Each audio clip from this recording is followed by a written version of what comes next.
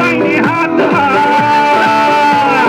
मेरै नामको ट्याटु थियो उसको दाहिने हातमा रमाउँदै गई आज पराईको साथमा आखिर अघि पछि जन्तीहरू नचाहेर गई आखिर अघि पछि जन्तीहरू नचाहेर गई राजा राजा भन्थे बाजा बजाएर गई मलाई राजा राजा भन्थे बाजा बजाएर गई मलाई राजा राजा भन्थे बाजा बजाएर गई सँगै जिउने सँगै मर्ने सपना थियो हाम्रो हो कि होइन